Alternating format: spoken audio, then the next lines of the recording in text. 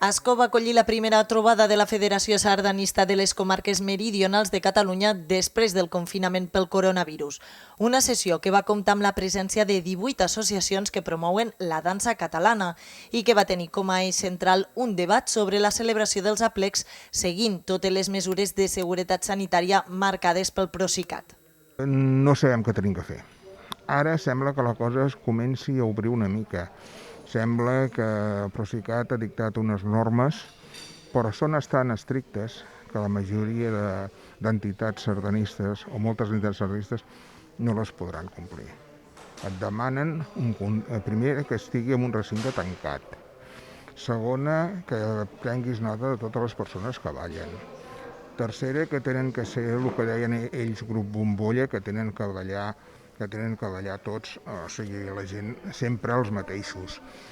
Tenen que, al acabar la sardana i per anar a començar l'altra, el gel hidrològic. Una trobada que va ser possible gràcies també a l'organització de la secció sardanista de l'Associació Cultural Lo Llaüt amb la col·laboració de l'Ajuntament d'Ascó i que en van fer una valoració molt positiva. Aquí treballem en dues associacions. La federació, que és la que organitza, diguéssim, l'agenda del dia, i després el Llaüt, com a associació, ha participat en organitzar la trobada aquí al poble.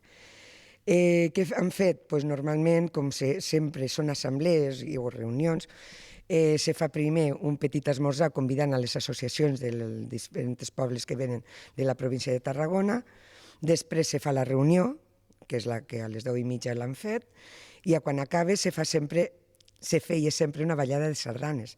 No s'havia fet des d'abans de la pandèmia cap reunió informativa amb els diferents pobles de Tarragona que organitzen aplecs i per tant que formen part de la Federació Sardanista, i el fet que es pogués fer ja una reunió presencial i que la gent se pogués trobar i en aquest cas, doncs, per la gent que ara feia molt temps que no, aquesta gent que es mou i va a les diferents reunions, doncs feia molt temps que no es trobaven, doncs només per això ja és una valoració positiva. I a més, si es fa aquí a Ascó, doncs sempre és una satisfacció rebre visitants al poble. Durant el transcurs de l'acte, la Federació Sardanista va fer entrega de l'Anella d'Or 2020, un guardó que ret homenatge a una persona amb vocació i voluntat de fomentar la sardana. La reusenca Teresa Vives va recollir aquest reconeixement per, entre altres mèrits, crear l'aplec de Riudoms. Els sardanistes, dintre del món de la cultura, som poder bastant oblidats. Aleshores, si no nosaltres ens agraïm la feina que fem, no ens l'agrairà ningú. Vam pensar que a les nostres comarques hi ha gent que treballa i ha treballat i treballarà molt per la sardana. Una d'elles és la Teresa Vives. Segueix treballant, està al peu del canó. Cada setmana té un programa de ràdio d'1 hora.